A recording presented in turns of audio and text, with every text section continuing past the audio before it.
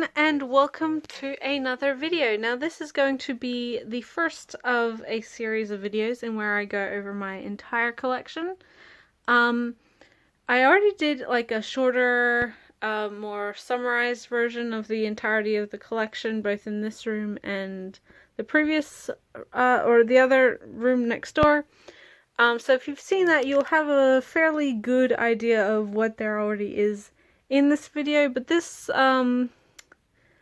video is going to be solely focused on manga. So if you're interested in a little more in-depth information about certain series, then this is probably the better video to be watching.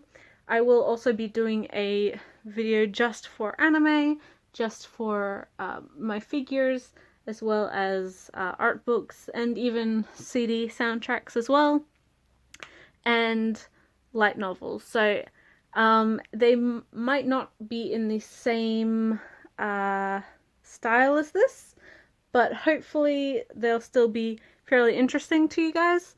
And yeah, like I said, I'm going to start with manga, and I'm just going to get straight into it because there's quite a few volumes here. Now, first of all, we start with the only Viz Big manga that I have. This is also the first Takehiko Inoue series that I've completed, or up to date with. It's Vagabond 1 to 12. My summary video didn't actually have the complete series, so if you're watching this video after the previous one, there are a couple changes because I have been still receiving things and getting things in the mail. So yes, 1 to 12 of Vagabond, obviously chronicling the sort of infamous life of Musashi, of like very, very famous swordsman, historical swordsman within Japan. Inoue's done a really, really good job with this series. It took a little bit longer for me to get into it. It took me about volume 3 or 4 of these bigs to actually get really invested, but having since read, majority of it now, I can definitely say it is one to read, especially if you're an Inoue fan, if you're interested in like the historical setting and sort of this semi-biographical retelling of a very influential person's life. Yeah. Next are some more omnibuses. This is from Kodansha Comics, volumes 1 to 8 of Vinland Saga. So the series up to date in English, although volume 9 is coming out next month, I believe. This month or next month. A fantastic series by Makoto Yukimura of Planetes fame.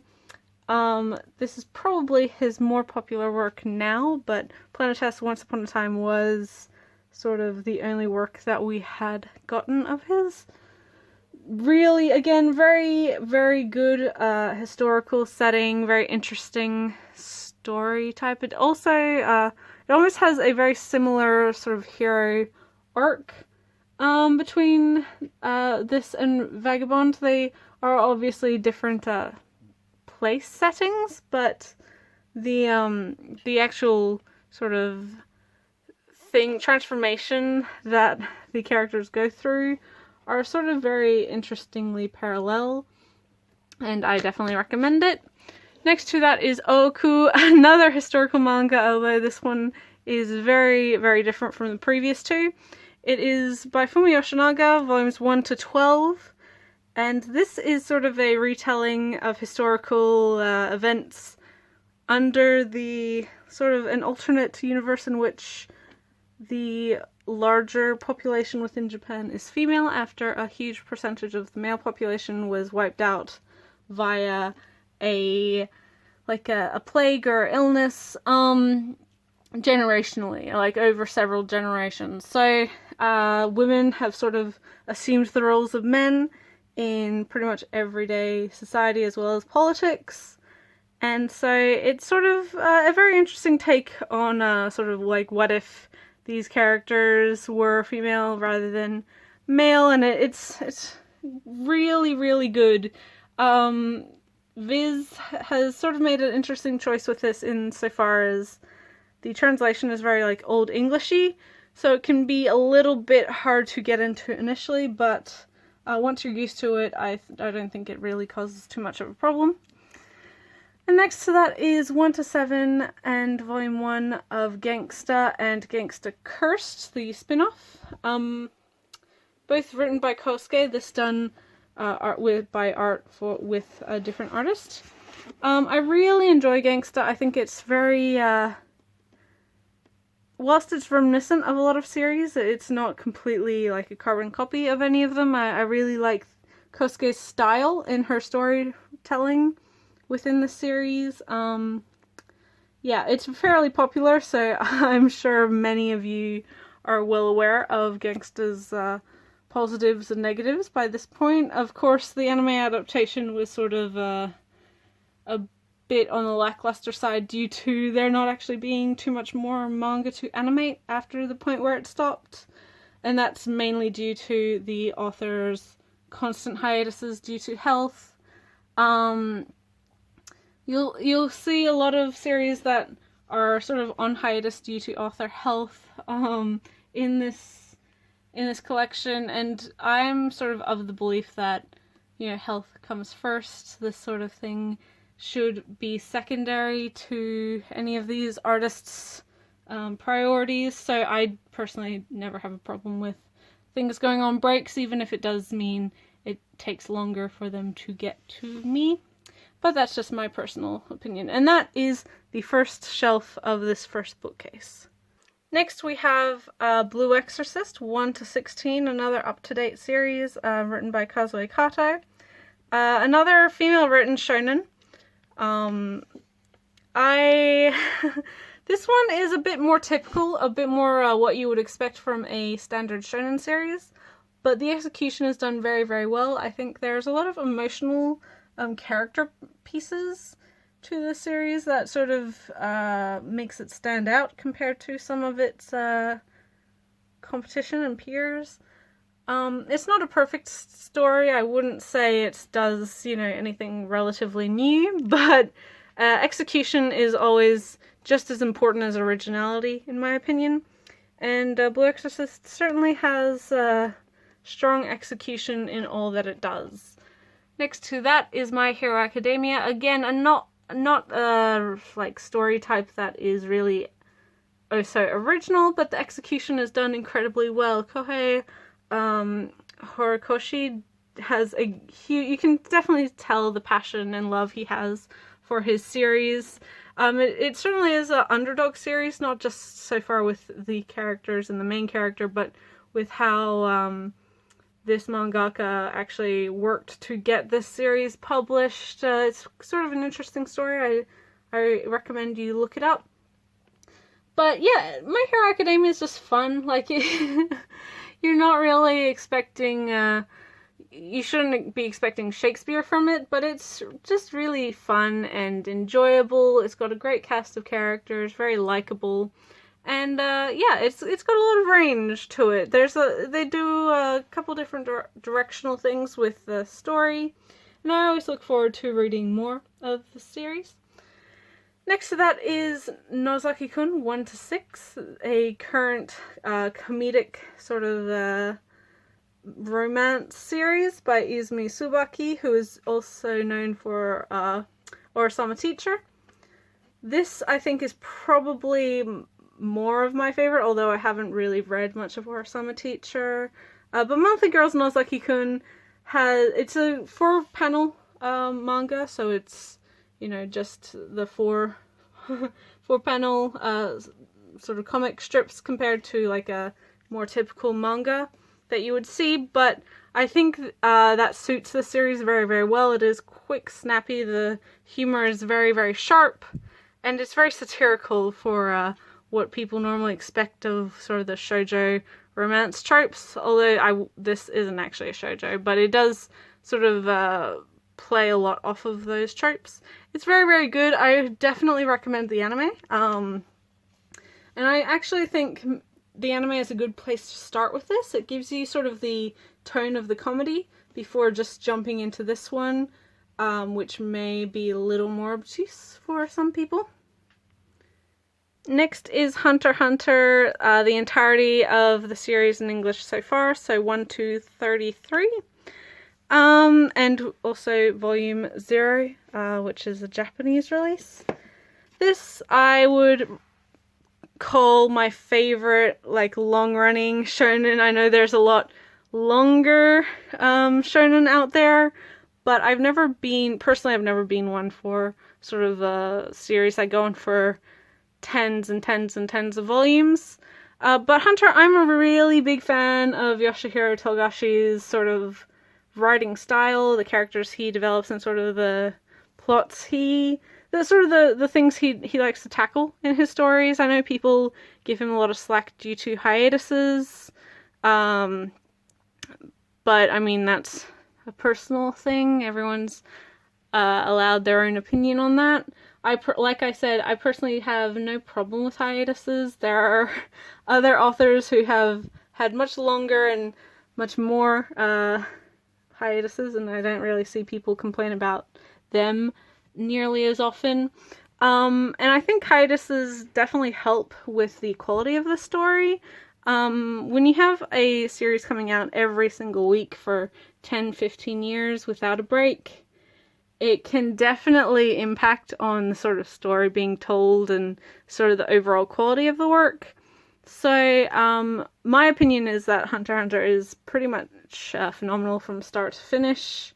Everyone has their favorite arcs, but I really enjoy it even as a whole. Like, I never think there's a part of it that really gets sort of slow or bogged down or not as good as the rest.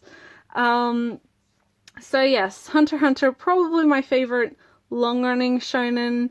It's not the longest series that I own, or it's not even the longest ongoing series that I own, but it's probably my favorite within this sort of genre and demographic. Next are some Yuri titles. We have Secret of the Princess by Milk Morinaga. Very well-known Yuri artist and author, although I've never been a huge fan of all of her stuff. She writes a lot of very sweet, sort of fluff type series, which is nice. Like, it's sort of like a fairy floss. You don't want to be having it for every meal, but it's nice for once in a while. Next to that is Kase-san and Morning Glories by Hiromi Takashima. Recently got an OVA released, 4.5 minutes worth, I believe, and completely just music. There's no dialogue or anything for it, which encourages or wants me to encourage you to watch it. It's very, very good, and this manga is really good. I think it balances the two sides of, or the two types of Yuri that we see in the English market, and that is, within the genre as it is, very, very well. It's very realistic, I think, in balancing sort of that sweet first love side, but also like the realities of being a teenager and attracted to, anyone, whether they be the opposite or the same sex. So yes, I really recommend the Kase-san and books. This is the first of, I think, 3 or 4 that are released in Japanese. We are getting the second one this month, and I cannot wait to read it. Next to that is Kiss and White Lily for My Dearest Girl by Kano. This is volume 1. Another one that I think is probably a good balance between sort of the fluff and then the attraction. It is more varied. It has multiple couples in there, which I think helps it stop being from stale, because it is very tropey, but done with sort of a twist. It does give it a little bit of a zip more than I think other series do. And I'm interested to see more from this. This is also Yen Press's first Yuri title, so I'd like to see them license some more. And we also have volumes 1 and 2 of the Pretty Guardian Sailor Moon short story collections. These are complete, obviously, from the title. They are short story collections set within the Sailor Moon universe with the Sailor Moon characters. Yeah, just a bit of extra fluff. If you're a Sailor Moon fan, definitely pick them up. Yeah, I mean, not much to say to those, aside from, you know, if you're a fan, they're definitely worth the investment. If you're not, then I don't see why you should necessarily be reading this, unless maybe you want to try Sailor Moon. This gives you a bit of a taste of what the series is like. Next we have Natsume's Book of Friends, volumes 1 to 20 by Yuki Midorikawa. One of my all-time favorite series, although not really that popular, I don't think, within the English manga community. This is a hugely, hugely, hugely popular series in Japan, so much so that season 6 of the anime is currently airing. It's like probably one of the better selling shoujo series out there, but I never hear people talk about it. It seems really niche. I have introduced some people to it just recently, but for a very long time I never saw anyone buy any of this, pick any of it up, which was sort of disheartening because I've been a fan of the series since like 2010, 2011. So yeah, I'm glad that people are sort of latching onto this a little bit more.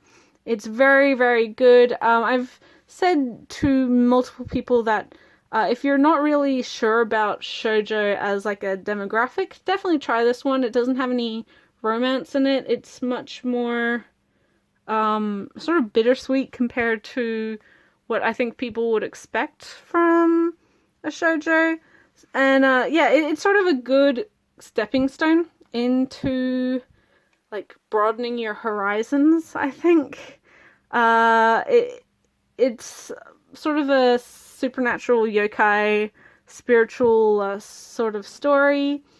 And yeah, just really, really good. I can't emphasize that enough, guys.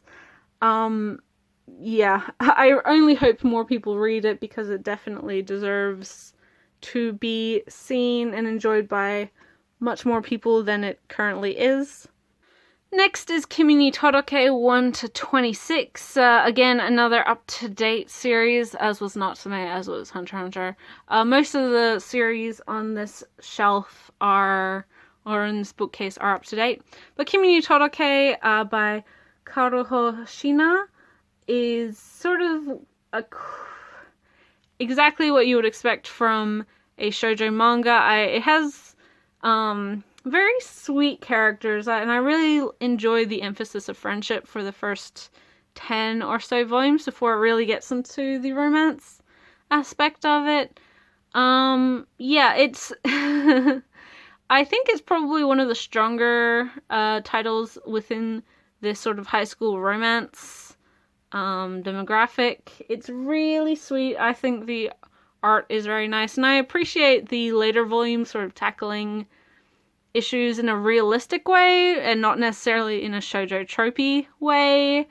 It's done very, very, very well, and I like how the characters sort of change and grow as the series goes on. It is sort of longer at 26 volumes and it is still ongoing, but I believe the end is near, although I don't know quite when it will be finishing.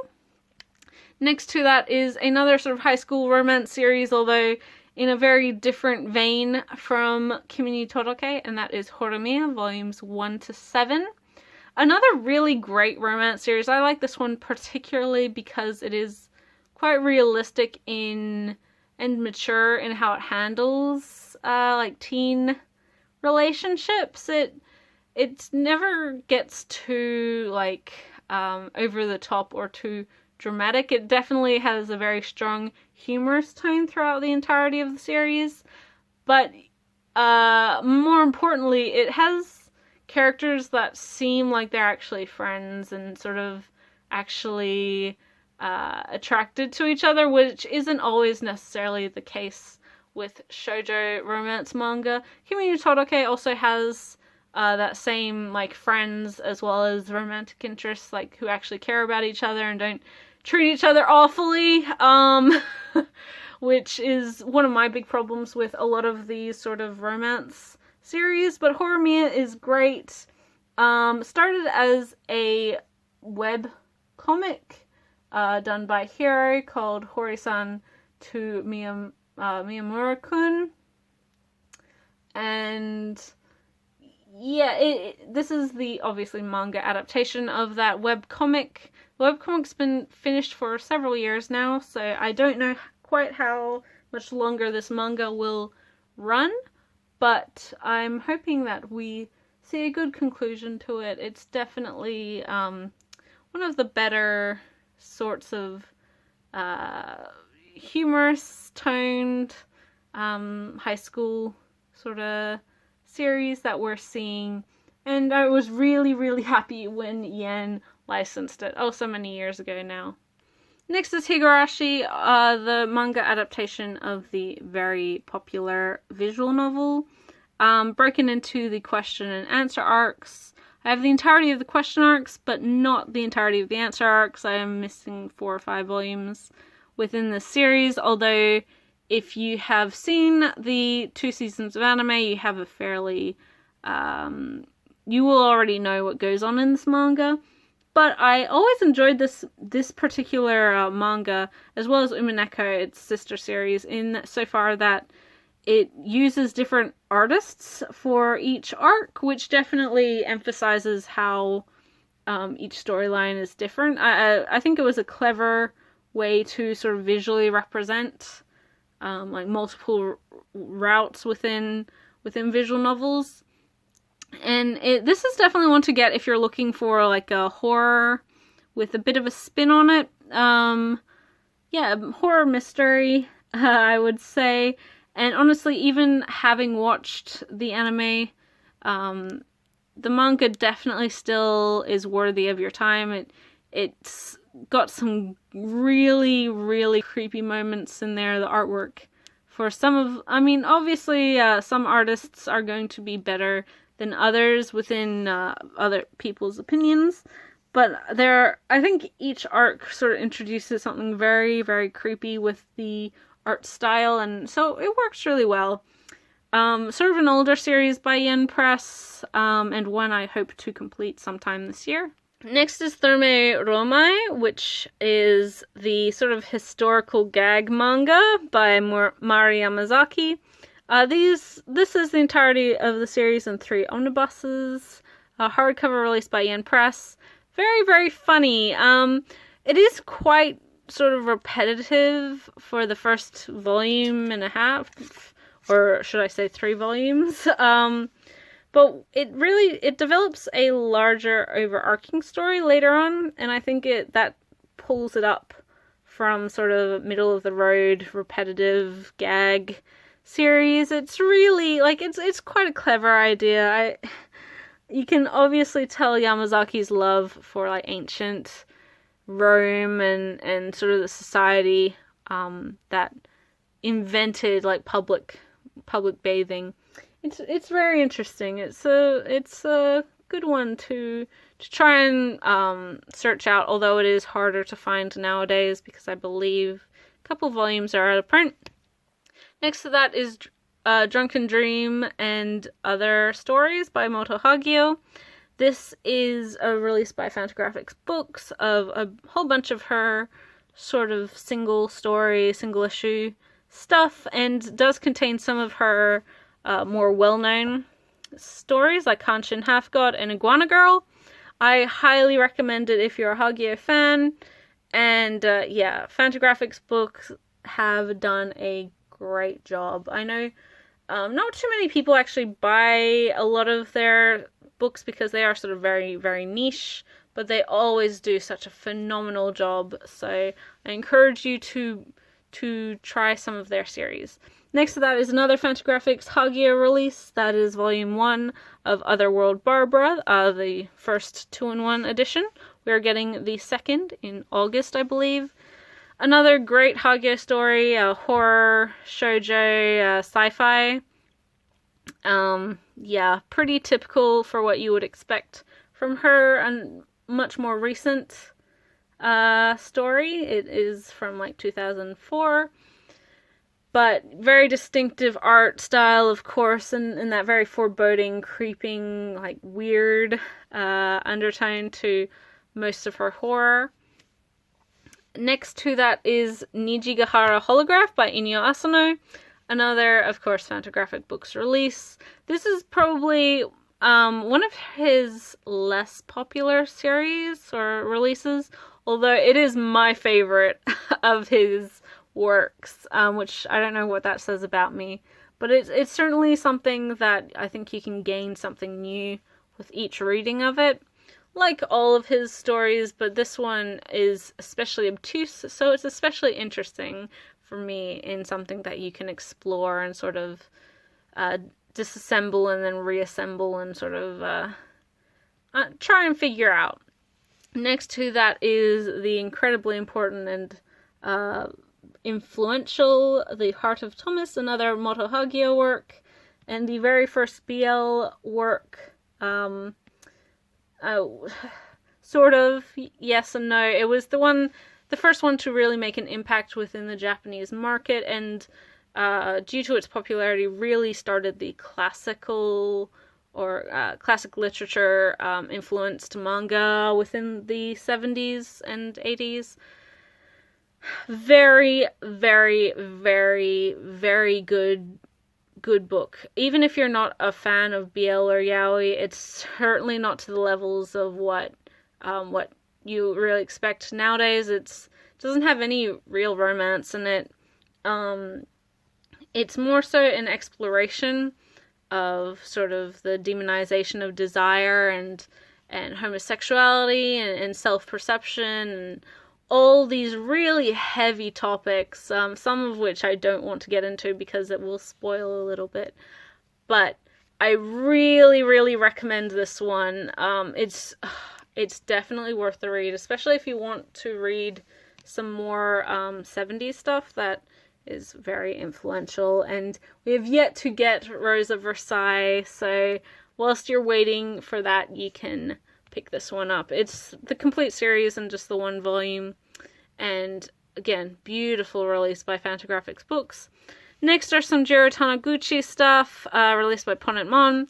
We have A Distant Neighborhood, probably his most popular work, a self-reflective sort of story on how, if given the opportunity, would you change things in your life if you had the knowledge from the future, or would you keep things the same?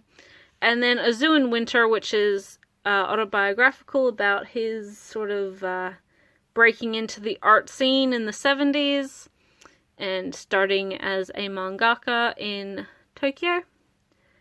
And next to that is 1 to 8 of Wandering Sun. That is all that we have in English so far.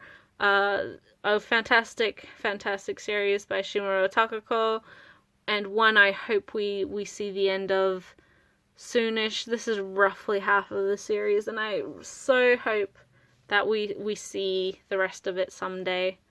Next is one of Viz's box sets, manga box sets. This is Ouran High School Host Club, a shoujo sort of reverse harem comedic series, although sort of like Horomia, it is quite satirical, or Nozaki Kun should I say. It definitely is playing around with the tropes whilst also embracing them.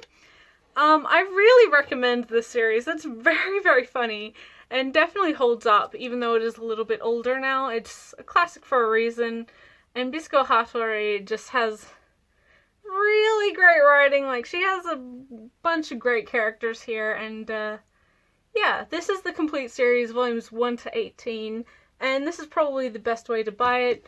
You can get the singles, but why would you when you can get the entire box set? And yeah, definitely worth a read. Very, very, very funny, and like I said, very likable characters too. Next are the Death Note Black editions, of course. An incredibly popular series by Sugumi Oba and Takashi Obata. This is the only of Oba's series that I really enjoy. Generally his politics and sort of treatment of female characters annoys me way too much. I really dislike a majority of Bakuman, and from what I've heard of Platinum End, it's not too much better. But with Death Note, it certainly helps that the main character is meant to be a psychopathic or sociopathic killer. It certainly makes his sort of awful treatment of women a bit more palatable when you know that the main character is meant to be a bad guy. But yes, this was actually the anime at least, was the first series that got me into anime and manga. It's not perfect by any means, but it is definitely worthy of its popularity. Yeah, I mean, I don't really think I need to explain too much about Death Note. Everybody knows what it is. Everybody has read it or seen it or wants to read it. So, yeah, pretty much exactly what you expect of it. It's very, very good. It's a strong sort of crime series and definitely explores morality from a lot of different gray areas. And, yeah, it's interesting that a series with such an obvious villain as the main character got so popular. Of course, the fall of greatness, or the path to hell is paved with good intentions, is not a completely unique storyline, but again, execution is very, very good, and for Death Note, works incredibly well. Next is the collector's editions of Fruits Basket, Yen's recent re-release of this series, 1 to 12, so the entirety of the 23 volumes re-released. And having reread the series whilst these editions were coming out, Fruits Basket is really good. It still holds up, even though it is quite old now at this point. It's really, it's a journey that takes you a lot of different directions that you never really expect from sort of the synopsis of this series. It makes you laugh a lot. It's very funny, but it makes you cry just as often. It's a bit of a roller coaster, but never gets too overly melodramatic. It never gets overwrought, anything like that, which I think some shoujo tends to do once they get to the dramatic parts of it. So I definitely recommend Fruits Basket, and these editions are definitely worth the money if you missed out on Tokyo Pop's first release. Yeah, Yen has done a great job. Next to that are the first 2 volumes of Afterschool Charisma, a series I used to own in the Chiangyi releases, which are Singaporean English releases. But I used to have 1 to 7 of this series. Now I only have 1 and 2. It's really good. It's sort of a very interesting, speculative science fiction seinen. And yeah, focuses on cloning and sort of nature versus nurture and that sort of thing. It explores responsibility and generational shame and that sort of thing. It's really, really good. It's maybe not a series that a lot of people have seen or heard of, but yeah, it's definitely worth a read. There's 12 volumes in all. It is complete, but as you can tell, I've only got the first 2 volumes. I hope to buy more. Next is Love at 14 by Fuka Mizutani. Very sweet, very down-to-earth and realistic exploration of middle school romance. It's that initial first, your first love, that blooming adolescence that we all go through. Similar to Tsukiga Kire, the anime currently being released. It has very similar sort of themes as that. It's nice to see sort of an exploration of self within this age bracket, because we have so many high schooler romances and dramas and that sort of thing, where, I mean, at 13, 14, is really when a lot of major changes happen to us as people, and we don't nearly get as many like middle school focused series. So Love at 14 is definitely a little gem there. Next is the first two Blade of the Immortal omnibuses, whatever you want to say, by Hiroaki Samura. Dark Horse's re-releases of this series. 3-in-1s, I believe. I think so.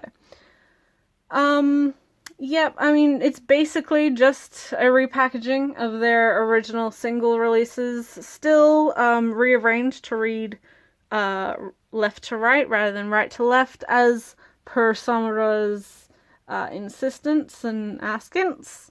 So if you complain about it being flipped, it isn't technically flipped. The panels were cut up and rearranged because the author requested it. So it's not like Dark Horse just screwed over the release for no reason. There is actually, it does say that on the first couple pages of both of these books, but I know not necessarily everybody reads those initial first pages, and it is sort of important to be blaming the same person, or the right person, I should say. Dark Horse definitely has its problems, but I would not say Blade of the Immortals left to right reading is one of them. But yeah, I think this is probably a more popular seinen series. I know it was very sought after when the singles were very out of print. Yeah, I mean, not much to add to that. Sort of the tale of an immortal bodyguard and his charge, and him having to try and atone for his life before immortality by killing 1,000 bad guys to, again, atone for the 100 good people or innocents that he killed earlier in his lifetime, and helping this, young girl get revenge. It's pretty typical of this sort of era setting within manga, but the immortality spin is very reminiscent of sort of folk tales within Japan and other places. And yeah, I'm glad that Dark Horse seems to see that it is very popular and has the demand for this omnibus re-release. Next are some single volume releases. The Voices of a Distant Star, obviously the manga version of the short film of the same name. I really recommend this if you can find it. Although it is a Tokyo Pop release, it's not too difficult to track a copy down, as it definitely gives more of a story to that shorter film. Natsuki Takiya's Songs to Make You Smile, just a sort of compilation of a lot of her short stories. It's nothing super special, but it's pretty sweet. It's got a pretty decent Takiya spin to everything in there, and just a nice little companion. The Gods Lie by Kaoru Ozaki. I enjoyed this, although I don't think it is marvelous or fantastic. I think it's certainly a different sort of coming of age story in the bittersweet sense of it. It's not perfect, but I do really like it. Vertical did a beautiful job on this release, and Ozaki, I really enjoy her work. So yeah, it's sort of follows two elementary school kids over a summer and how they sort of change over that time. And yeah, it's not exactly happy, but still worth a read if you're into sort of shorter, just one and done stories. 5 centimeters per second, another Shinkai manga adaptation of his films, and another one that is very good. It's a good companion story. It gives a lot of background to some of the overall story arcs that weren't necessarily clear in the film. 5 centimeters per second has never been my favorite of Shinkai's films, but it's definitely his most popular. But yes, I think this manga certainly, if you don't understand too much or if you find sort of the film a bit light, or not necessarily what you expected, this definitely gives a bit more backstory and meat to the overall feeling and plot of the series. Next is Ichief, a worker's graphic memoir of the Fukushima nuclear power plant by Kazuto Tatsuta. Another autobiographical manga. This one is, well, the first autobiographical manga, should I say, that I've shown off. This is a fairly recent release by Kodansha, and it's a bit, like, I think you need to take it in smaller bits. It's not exactly one that's completely engrossing, but it definitely gives a lot of perspective to a issue that a lot of people have awareness on, but don't necessarily understand the entire implications of, and sort of the work that's being put into the cleanup services within Fukushima.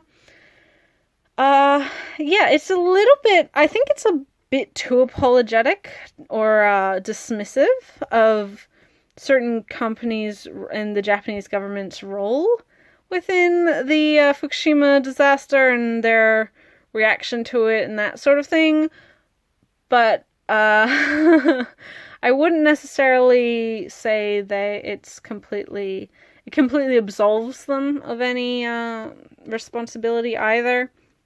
It's interesting. It's not for everyone. It's a bit of a read. It's a bit it's a bit repetitive, I think, is its biggest problem, but I think that does sort of hammer in the mediocrity and repetitiveness of the situation. So yeah, if you're interested in reading something like this on an actual real life event that is very much recent history, it's probably worth a borrow from your library.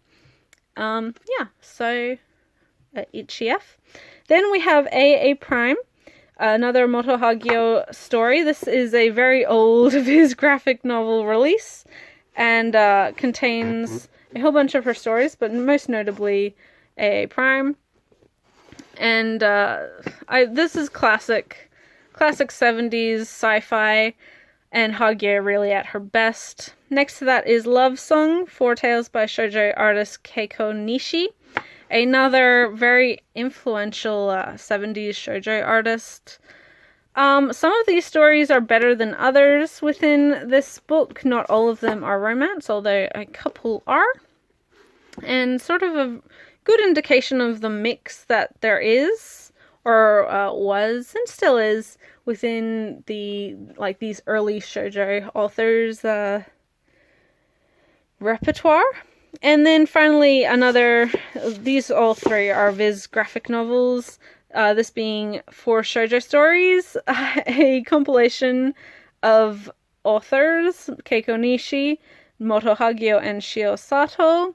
I mainly got this for They Were 11 by Moto Hagio, but all of them are very, very good. The Changeling is very interesting, and Promise and Since You've Been Gone are fairly good too. All very influential mangaka for the shoujo demographic. And although this book is very hard to find, as it is sort of a guerrilla release, it was never really supposed to be released because Viz didn't actually get permission to release like a compilation book like this. So once the Japanese side found out about it, they didn't allow them to sell it after the first printing. So it's only ever had one printing back in 97, I believe. And it's sort of a book of myth. It's definitely one to pick up though if you're interested in these sort of older Viz graphic novel releases and Viz shoujo releases. Next is Moyoko Anno's In Clothes Called Fat, a very, very scathing view on the beauty industry. I mean, globally, but within Japan and within young women's perception. It's very, very good. Ano is a phenomenal josei writer. I recommend most all of her stuff, but Enclosed Cold Fat is probably one of my favorite. Next is the anthology comic of Clannad. This was sort of a Kickstarter exclusive bonus reward for backing the visual novel. And I mean, exactly what it says. It's an anthology book, so a bunch of different authors with short comics pertaining to Clannad. Next is some Fumi Yoshinaga stuff. Not Love, but Delicious Foods Make Me So Happy, which is, again, sort of autobiographical, but is actually, it's like a restaurant guide. It goes to several different real-life restaurants within the Tokyo area and basically just reviews the food.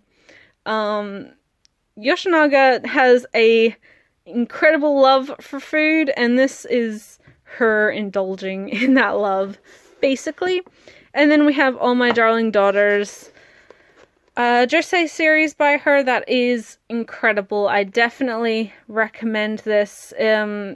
She's my favorite mangaka for a reason. I highly enjoy all of her work, but All My Darling Daughters is probably a good intro to her stuff. Yeah, it sort of explores mother-daughter relationships and like the female experience very, very well, and I like I said, I really recommend it. You don't have to be a woman to enjoy it either. She is fairly all types. Next we have some Natsume Ono, Tesoro, which is a collection of her older short stories, very, very early stuff, as you can see a whole list of titles there. We have Not Simple, which I think is probably one of her more prolific works, and one that shows off her sort of the range of her storytelling. I call it very powerful, although I know some people don't really enjoy this and don't necessarily like her art style either. I have never had a problem with her art style. It's very unique and definitely fits the sorts of story she's telling. But if you want to give her a try, definitely pick up Not Simple. Or borrow it from your library or whatever, because it is well worth the read. You may just be surprised. We have Ristorante Paradiso, which is Ono at her more self-indulgent. Again, another mangaka who loves food. She loves Italy and she loves older men, all of which are in play in Ristorante Paradiso. We also have Danza, which is another short story collection. Yeah, again, more Italy, more male-oriented stories, and sort of all of her stuff really handles like messy human relationships and connections. So if that's your jam, definitely try her stuff. And then, unfortunately, the only Shigeru Mizuki title I currently own, being Onward Towards Our Noble Deaths, which again is sort of semi-autobiographical on his time in the Japanese army during the Second World War, back when they were stationed in Papua New Guinea, and sort of how, as a foot soldier, like, sort of the awful things that were happening on both sides, but sort of the just overall content that the higher up within the military had towards the lower foot soldiers. The noble death, the idea of honorable suicide, just sacrificing however many it took to win the war, despite it being very counterintuitive to have your men throw themselves into battle with the knowledge that they'd die in the hopes that they'd take out the enemy. Mizuki is was, shall I say, fortunately after his passing last year, but staunchly anti-war, and this is probably his best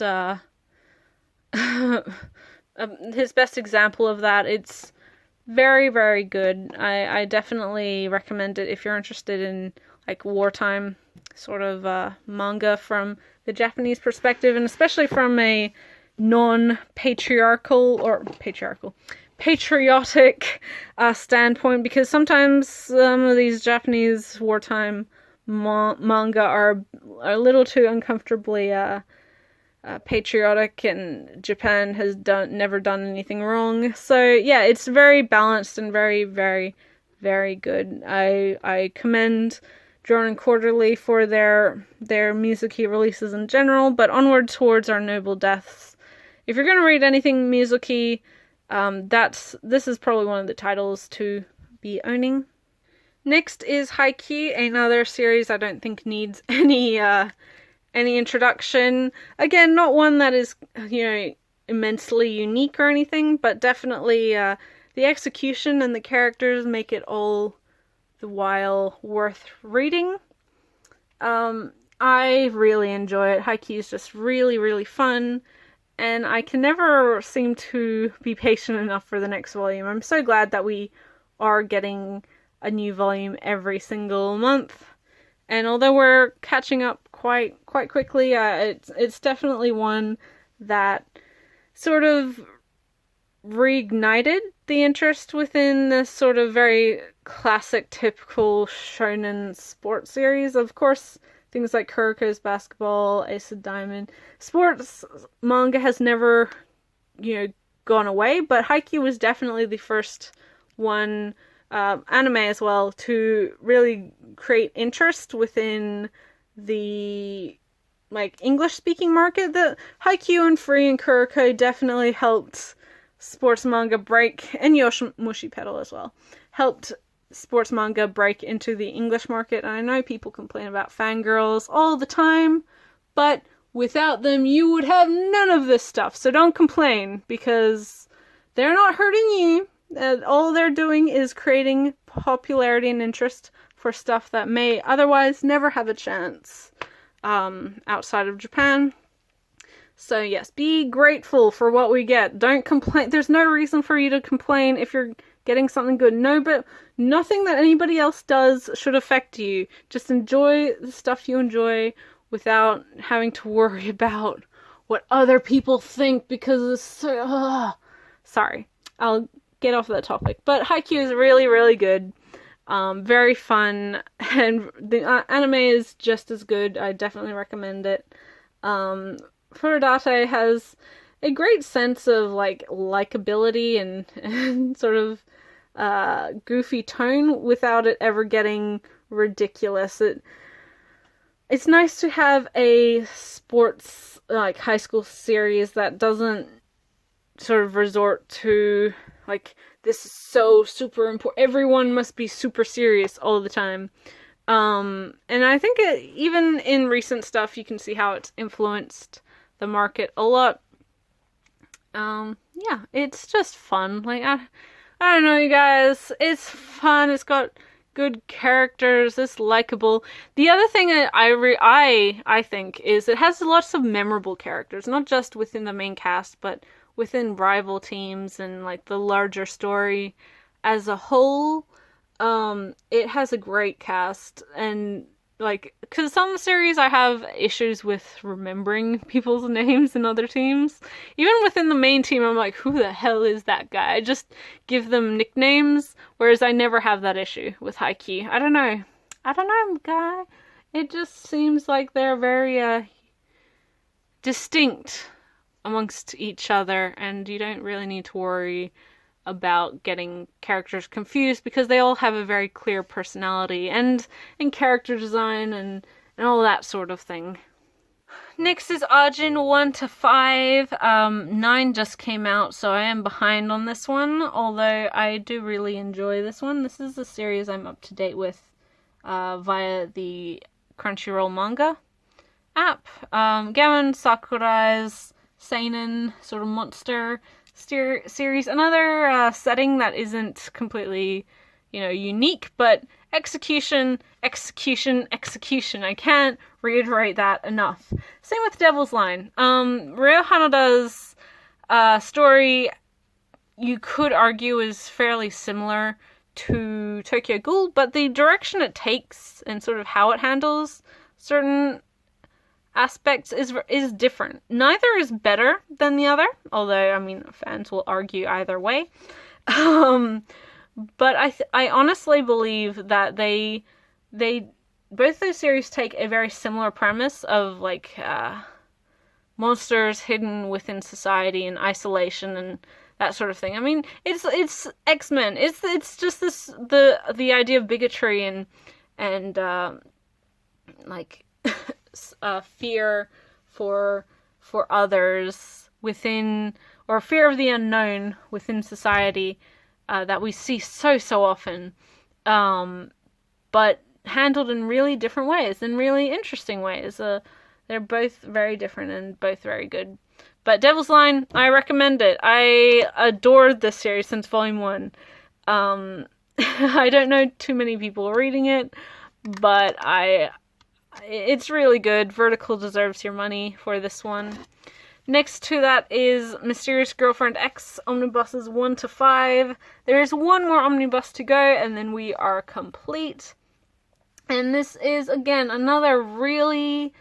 I think it's technically shonen, it may be seinen, but it's a romance story, with a very odd premise, but, the premise is more so an allegory for intimacy. I've said this before in previous videos. If you have seen any of my pickup videos, I talk about this a lot, but give this series a try. Don't get grossed out by the idea behind it, because it's telling a larger story about, like, first love and relationships and working through intimacy with people you care about and that sort of thing. It actually has a larger message to it, which I think a lot of people can relate to if you give it a shot. Like, don't get grossed out about the spit, because it's so much more than that.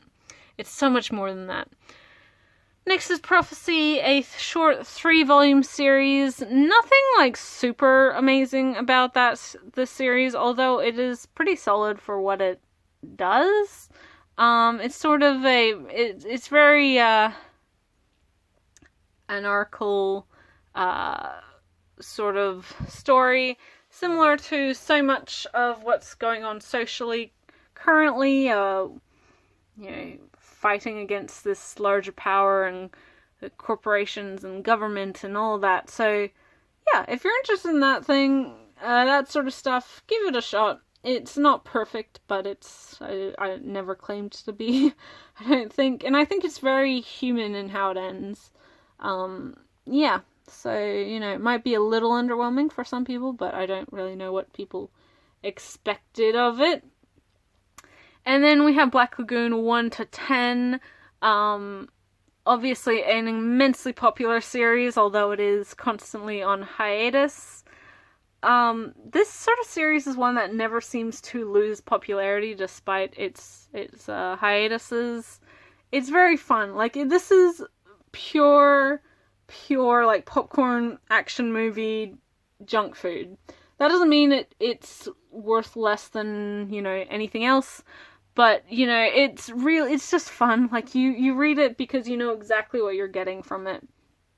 And it delivers that perfectly, and with immense bombacity. Ray Hiroi is very, very good. There's a lot. I have to commend the English translation team on this series, because the old, like, music references and jokes and films and everything else that is just makes up the series cannot be easy to translate, because it really is written like a American action film script, and I think that's why it is so popular, because it appeals to the US or English speaking demographic so completely. But yeah, it's really good. I know that it recently came off of hiatus, or it's off hiatus but currently about to go back on hiatus. I don't know.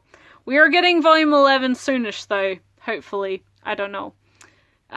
Yeah, so it may take forever to finish it, but it's a very, very, very good series.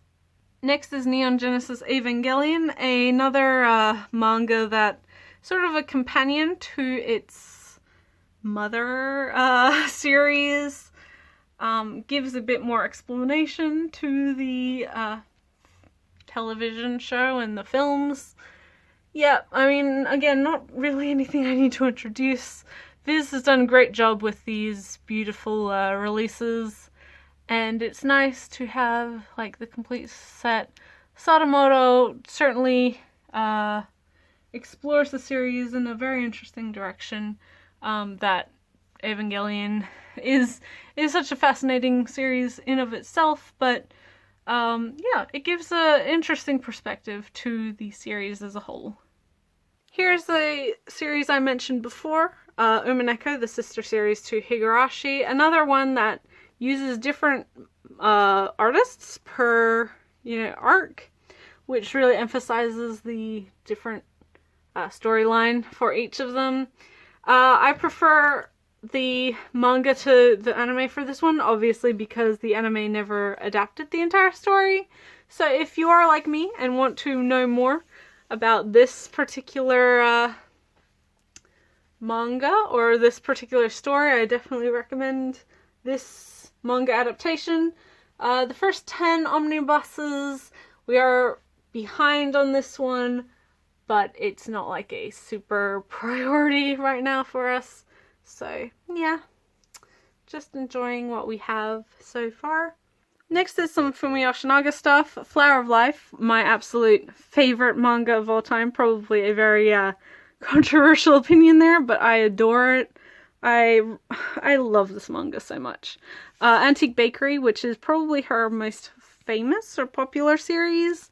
And then Garden Dreams, a single volume manga, which is very, very, very good.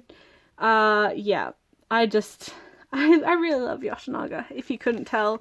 And these digital manga publishing releases are great. Flower of Life follows a kid who is starting high school, who he's later to the class than everyone else, and people sort of have a bad first impression of him, but then you find out he actually, he's late to starting school because he was in hospital with leukemia. And it's a very, very realistic slice of life story that actually has things that real teenagers face, and as well as the more serious side of like cancer and leukemia. It's very, very, very good, and just like it really brings home the point that just because people are teens doesn't mean they don't have problems of all sorts, and just because people are adults doesn't mean they're any smarter or make better decisions than kids. In that way, Yoshinaga writes very realistic characters. They are, I mean, people make mistakes, and people, like, nobody has it all sorted out. And I appreciate stories all the more so for that. Antique Bakery follows a man who is trying to find his kidnapper, his childhood kidnapper, through opening a bakery because he was a very big fan of sweets and cakes and that sort of thing. It's very twisted, but very interesting. Another very curious character study. It doesn't really resolve itself, but again, it's very realistic in that sense. People, real life and those sorts of issues don't just have a grand, finale and something happens and then everyone lives happily ever after. It's, sometimes things don't work out, and it's something that I really love to read as a reader. So Antique Bakery, complete in 4 volumes, and then Garden Dreams, which, yeah, just sort of a variety of stories amongst a single garden within an establishment, and sort of the people it influences and the people, how people react to each other. And again, character-driven drama, what Yoshinaga does best, and Garden Dreams is no exception to that, despite it only being 1 volume long. Next is Pluto, the entirety of the series by Naoki Urasawa, based off of the Astro Boy, the strongest robot in the world, the greatest robot in the world. I can't exactly remember, but this is a phenomenal series. I enjoy a lot of Urasawa's work, but this one, I don't know, it hit me in a way that some of his other stuff hasn't necessarily done. I really, really recommend it. It's great science fiction, seinen, sort of far future, and the Astro Boy setting, whilst obvious, isn't what the series focuses on, really. And I do recommend it. I'm sure if you're an Urasawa fan, you've already read it, or you're planning to read it. Yeah, just do, because it is definitely worth it.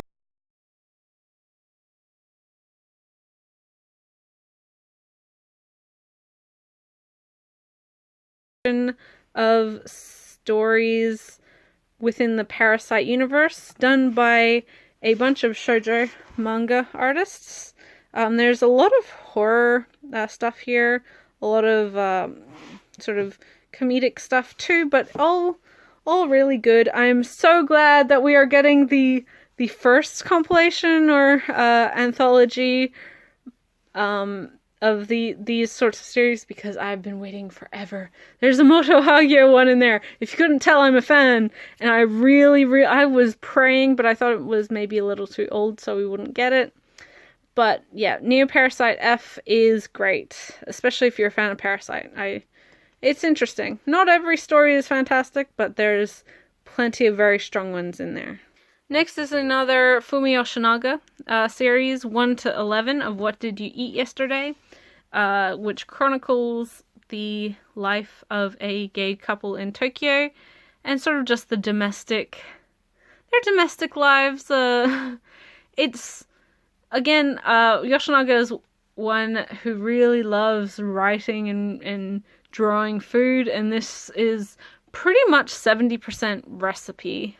This series, there's a lot of food being made, and it really emphasizes how food brings people together, and how like meal times should be, I think, in my opinion, like the foundation of family. It's when you get together and you communicate and you catch up and you spend time with each other, regardless of age, sex, sexuality. Food should be sort of the universal thing in which everyone can agree, like, it's time to be spent with other people, especially if you're cooking for other people. It's the effort and then the gratitude of the others eating it. It's almost like a ritual that's done in family and within couples and within friends, that makes us closer to each other, and which isn't something that necessarily is brought up too much, even in foodie manga. But yeah, Yoshinaga, again, really, really good. More character stuff, character-driven drama, which she excels at. But like I said, about 70% recipe, this one, and it is very, very good. There's so many good meals in here, guys. If you're, someone who likes to cook, so many good recipes. Next is the, what's this called? Sailor Moon box set by Kodansha. Each box set contains 6 volumes, so it is the entirety of the manga in 12 books. And yeah, it's pretty much exactly what to expect. It's Sailor Moon in its entirety, very classic magical girl 90s shoujo. I honestly, in my opinion, I think Sailor Moon started as something and ended as something very different. From what I know of Takeuchi, yeah, I have my suspicions of this series, although either way, Sailor Moon is definitely worth the praise. It's a very strong story, and it twists and plays around with the genre a lot more than what you might necessarily expect for something that really kick-started the magical girl genre again in the 90s. Next is some more Urasawa stuff. We have Monster 1 to 9. This is the entirety of Viz's re-release, and probably his most famous work.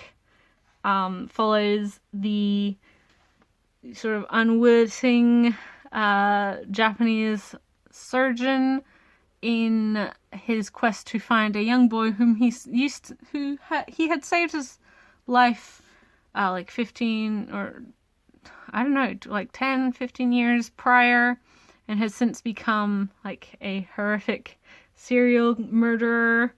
So in his obligation, like he feels obliged that it was his fault he's still alive and he's done so many horrendous things. So he is now trying to stop this awful killer.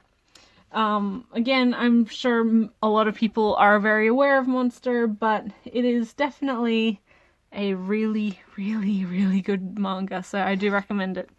Next is Makoto Yukimura's Planetess. This is Dark Horse's re-release of the series, previously released by Tokyopop, although I never owned those versions. These versions are gorgeous. It is a beautiful release and sort of very self-reflective. I don't know if necessarily people know what to expect from this series, but I highly, highly enjoy it.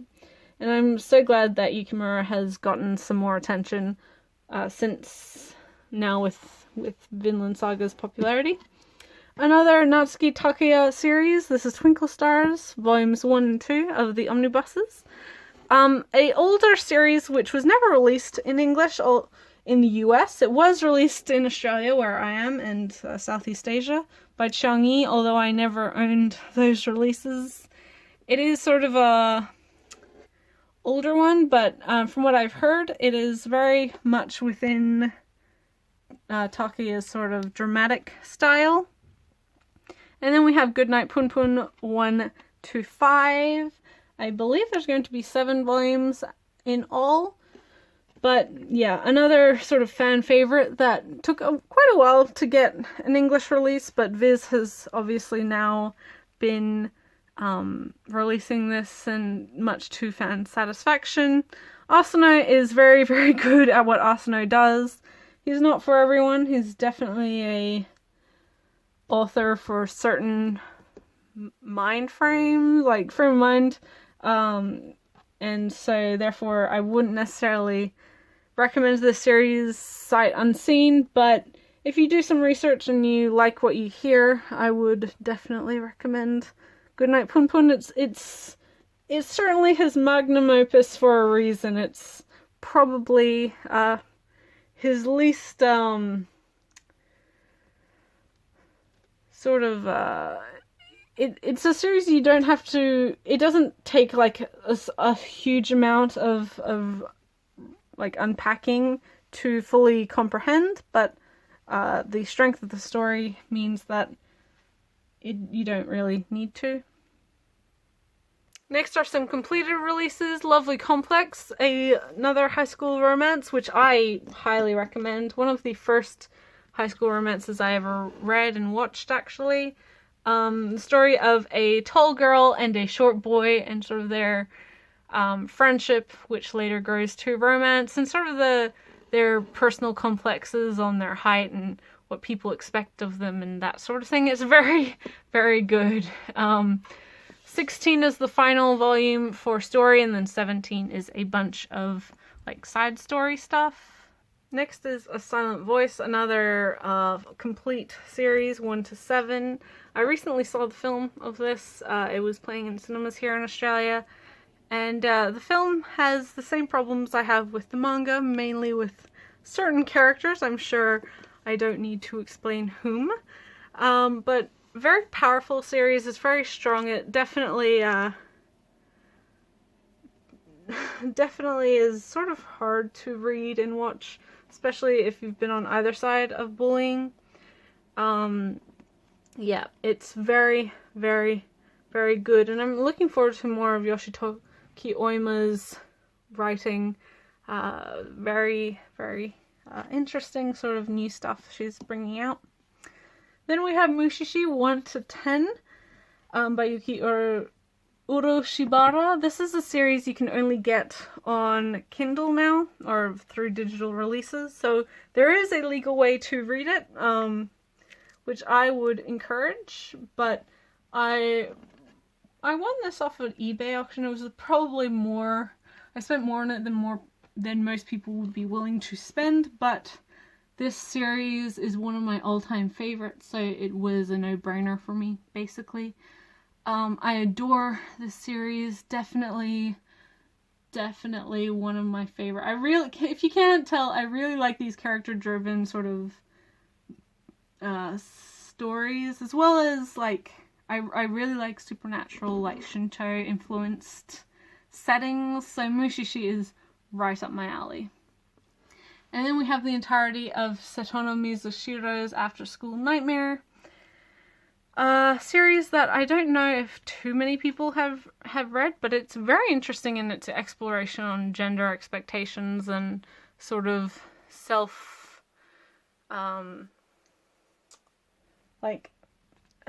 understanding of self and sort of exploration of your, how you want to express yourself and all sorts of things. It has sort of a interesting, shall I say, ending, which doesn't fully take away from the story, but it doesn't, it sort of seems a little out of left field. It's sort of a huge gear shift, and doesn't necessarily suit the rest of the story, but Mizushiro has some very interesting stuff that she's done, and Afterschool Nightmare is probably my favorite of her stories that she's written. Then we have some more 70s sci-fi with 2 Terra by Keiko Takamiya. This was released by Vertical, although the third volume is this hardcover release.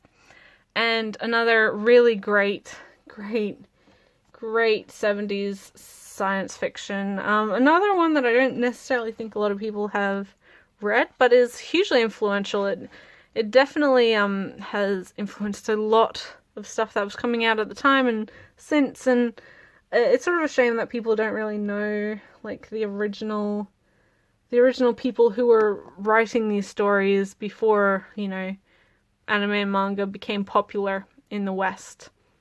And then we have Requiem of the Rose King, one of my most highly anticipated currently released series by Ai Kano. Another one that explores gender expectation and expression and identity really on a very intimate level. It's got a very Shakespearean setting, so if you like historical sort of tragic stories, I would highly recommend this one. And then we have Noragami 1 to 17 and Stray Stories Volume 1. This is another series that is currently on hiatus due to author's health. But yeah, just really another series with really great characters. I like the setting a lot.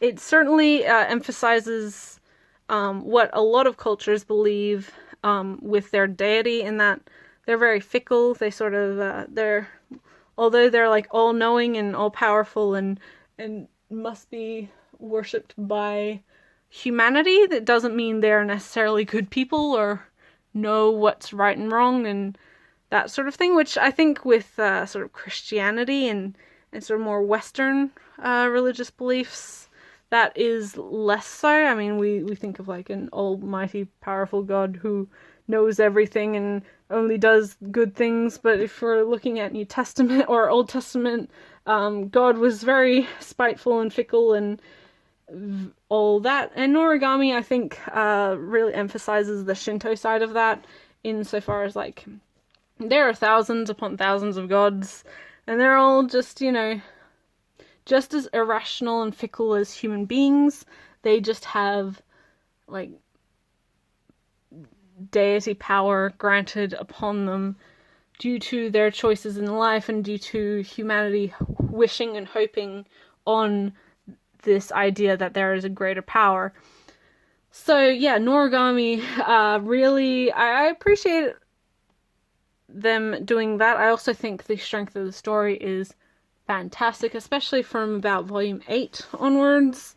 I really enjoyed the Ebisu arc stuff, and yeah, Bishamon. All of those characters are really, really great, and I cannot wait for more. It's been a long time since we've had this volume of Noragami, although we are getting 18 fairly soonish, and I cannot wait. Next is Princess Jellyfish, a currently released josei manga by Akiko Higashimura. One of my favorite, and I absolutely adore this series. If you have seen any of my pickup videos, I wax poetic about this series a lot. I love the humor of it, but I also appreciate the sort of reality basis it has with insofar as it pertains to the like fashion industry and fashion culture and consumerism and all those sorts of things, as well as this idea of like what makes people normal and why like how far is too far when we're talking about hobbies, and sort of why some hobbies are deemed acceptable and then others aren't. It's very, very, very interesting. There's a lot more to this series than I think people give credit to. Plus, it's really funny. Like, it's really funny. Higashimura, I have enjoyed everything that I've read of hers, and Princess Jellyfish is just phenomenal. Welcome to the Ballroom by Tomo Takeuchi, a sports manga that is very close to my heart, insofar that it is a sport that I have actually participated in. Obviously, from the title, you can guess it is about ballroom dancing, and I'm so glad that there's like a shonen sports manga that is, you know, ballroom dancing related, because dance in general, I mean, ballet, hip-hop, ballroom, whatever you're doing, is such a demanding sport. It's such, like, dancers are some of the most athletic people you can find, athletes, but people don't really give them the credit they deserve because dancing is a girl thing, quote unquote.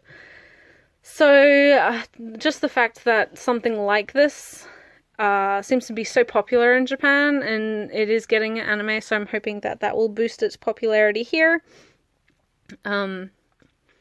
Means that some people will maybe learn a bit more about something that they don't necessarily know very much about. Yeah, it's fantastic. The art style is so cute in this. I really, really love it. And again, another great character, bunch of characters. The movement in this is phenomenal. The art, like the actual art, just is, the sense of movement is incredible. I mean, there are some really highly acclaimed mangaka who are incredibly well respected within the community who have no idea how to do movement like this series does. It dynamicism, or being dynamic within artwork, is a pretty difficult thing to do, but Takeuchi goes above and beyond what I think a lot of people necessarily experience in manga, which for this sort of series is incredibly important, and it's done so well. I can never say too many good things about this series. So read it. Everybody go read this series. Next is Barefoot Gen by Keiji Hanazawa, or Hakazawa, sorry. This is the last gasp re-release of this series, collecting the 10 volumes in 5 hardcovers. And if you're not familiar with this manga, it is a autobiographical story of the author's experiences of like post-war Hiroshima and growing up in like an area that was decimated by, you know, the atomic bombs, and how people, like society, treated refugees from those areas, you know, how entire communities were wiped out in an instant, how, you know, radiation sickness and affected so many people, and the you know, lands around them, and, you know, the fear and hurt and everything else that was directly caused by the end, you know, America's involvement within the Second World War. And this is not like, it's a very strong argument against atomic warfare or nuclear warfare. And it's important because it is from a civilian perspective. This isn't the same as like Onward Towards Our Noble Death, because this isn't from a soldier's viewpoint and the militaristic involvement. This are just young children and how they were affected by a war that they really had no influence and no want to be in. If you are interested in, this was actually the first ever manga to ever be published in English back in the 70s, I think 74. I think this is a new translation, but not totally new translation. It is, again, another left to right manga, although this was due to it just basically being a repackaging of the older releases. But really, I highly recommend you pick up these newer releases. These hardcovers are beautiful, for one. And these were kickstarted, I believe, by Last Gasp, in a encouragement to get this series into school libraries, because it is I mean, it's written for children from the, you know, child perspective, and gives sort of a reasoning why, you know, nuclear war should not be something that exists in our modern age. So yeah, Barefoot Gen, hard series to read, but definitely one of the most influential and impactful series that is available. Next to that is Go-Go Monster by Taiyo Matsumoto, a mangaka of whom is very, very, very a favorite of mine. I really enjoy his Tek on Kinkreet or Black and White. I have yet to read Sunny, but I do have plans to. Everything he writes is very interesting. It's sort of the quintessential alternative manga, and none of them are really the same. They don't have similar art style. They don't tell the same stories, but they're all very, very, very good. And then we have some Kawamori stuff. Anything and Something. The collection of her short story stuff. Again, very self-indulgent. Lots of maid outfits. A lot of female figures there. And then Emma 1-5 in the Yen Press hardcover re-release. Oh, really, really, really good. Another sort of historical setting, period drama, romance. Yeah, really good. And I really love these. Yen does a good job on their hardcovers. And then we have A Bride Story, which is probably my favorite of her stuff. Emma is different. I like them for different reasons. A Bride Story is probably, it explores so much, not just culturally, but within like the understanding of relationships and being husband and wife and respectful to your spouse and all sorts of things that aren't necessarily always covered in manga. So yes, 2 fantastic seinen manga. Then we also have Volume 1 Omnibus of My Brother's Husband by Gengoro Tagame. If you have any familiarity with Tagame, you know that normally he is incredibly like hardcore gay comi. He's a hardcore gay comi artist, probably one of the most influential in Japan. But this is his first like family oriented series, and it's really good. Pantheon released this. It was smaller than I expected, but it's normal trim size. I'm just used to like this size for hardcovers, but it's very, very good. It's a nice introspective and exploration of like prejudice and like what constitutes family and how we treat each other and how people understand like homosexuality. It's very, very, very good.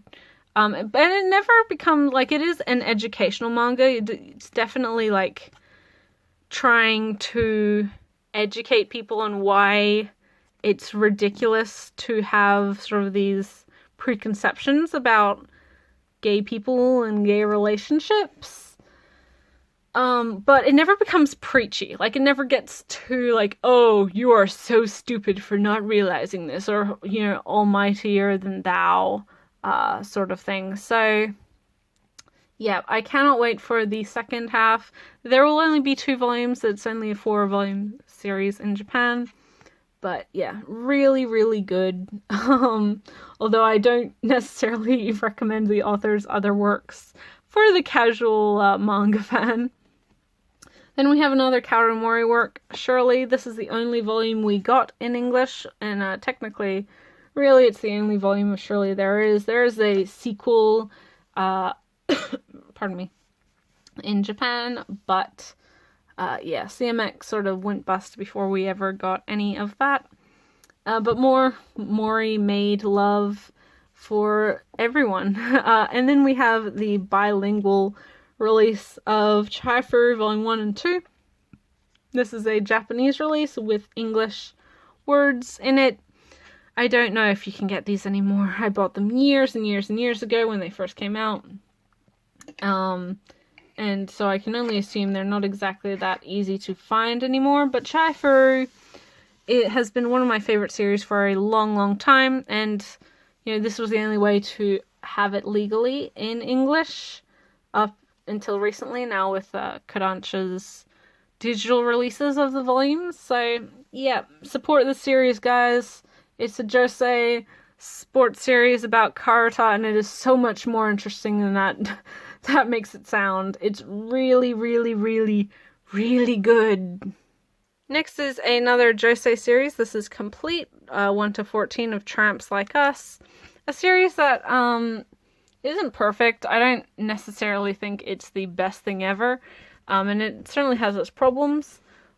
But despite its weird like setup and sort of larger societal implications, it's good. Like, it does it really well. Like, this is another example of execution, and this is one that, like, from the synopsis I would never like, but by the end of it I really quite enjoyed.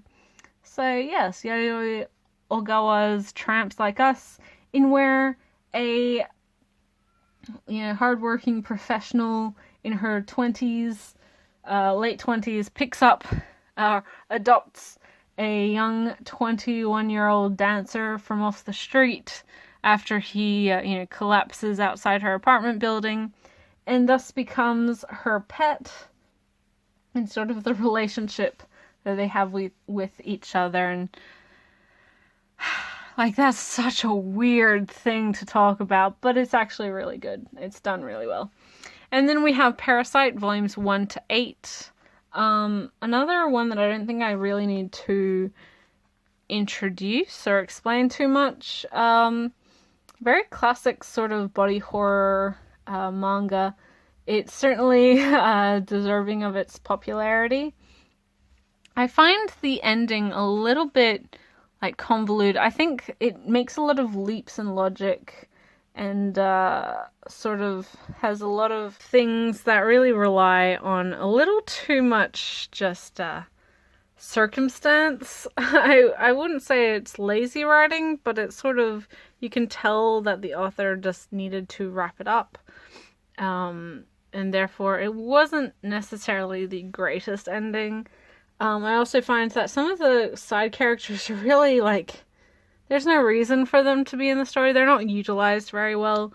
But in saying that, Parasite is still a very solidly decent sort of horror action 80s manga, of which the type we don't necessarily get too often anymore. And then we have Yu Yu Hakusho 1-19, another Yoshihiro Togashi series. I have already spoken about my enjoyment of his stories. And Yu Yu Hakusho, I think, is a lot of people's gateway to his series. It was actually the second of the series that I saw or read of his. I did start with Hunter x Hunter. So I know a lot of people have, this is their favorite Togashi work due to encountering it first, and that's like totally valid. They're both really good series. I find Yu Yu Hakusho just a little less, like the stakes aren't necessarily as high as in Hunter x Hunter, just because like death is like within the universe, it's not really as weighty. Like they try to make it like impactful and weighty, but at the same time people come back from the dead on numerous occasions. So whenever anyone dies, it never really impacts you in the same way that characters dying in Hunter x Hunter do, because people don't come back to life in that series, like, at all. So I think that's the difference that makes the difference for me, which is why I prefer Hunter x Hunter over Yu Yu Hakusho. But in saying that, I really do love Yu Yu Hakusho. Again, another great cast of characters. You can definitely tell when this series started, it wanted to be more of a episodic sort of comedic mystery detective story, and then evolved into the battle tournament shonen that it later became. And you can definitely see Togashi playing around with a lot of the themes that he would later use in Hunter x Hunter. So it's an interesting beast. It's sort of got a lot of different speeds that it works on, and it certainly does a lot of very interesting things. I think all of Togashi's works are notable in their own way, and none are like, I don't think there's ever been anything that he's done that is bad, like fundamentally bad or objectively bad. I think everything that he's done is very, very good, although it's not necessarily, it doesn't fit expectation of the genre, which I think what makes him such a good author and what allows him to stay so popular despite his current and continuing hiatuses. So yeah, Yu Yu Hakusho is really, really good. 25th anniversary just came up this year, and yeah, I mean, it's really great. It's not my favorite of Togashi series, but I can definitely understand why it is a lot of people's. And it also, like, the show still holds up, the manga still holds up. It's really, really fun. It's got some great action in there. And again, it does explore a lot of stuff that later is further explored in Hunter x Hunter. So it is very distinctly Togashi, despite, being one of his earlier works. Definitely his first popular early work. Next we have another complete series. This is Mars 1-15, and then Horse with No Name, all by Fuyumi Soryo.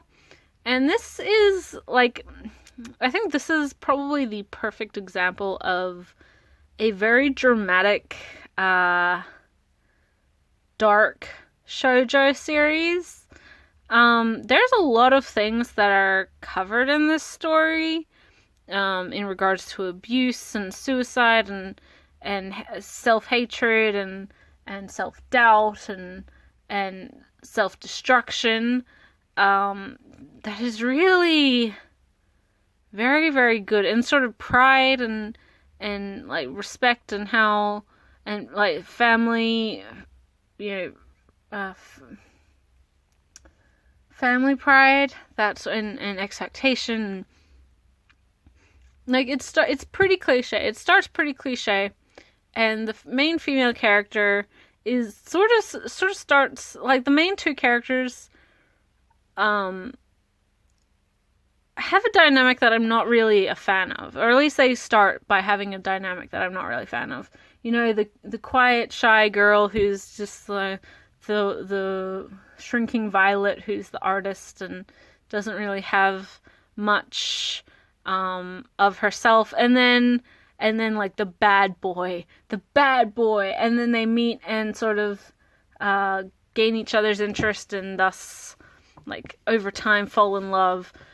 That's not something I tend to gravitate towards manga, and I find generally it's done not very well in a lot of shoujo stuff, but Mars does it really well. Even though it does get, like, quite, like, melodramatic and over the top, it suits it. Just because I don't necessarily enjoy something in one form doesn't mean I would totally disregard any form of it. And Mars, like, it, for all the cliche that it is, it hits hard. It really does. Yeah, I don't, like, I hadn't read this until recently, but it's certainly one that you can reread a lot and gain more from it every time.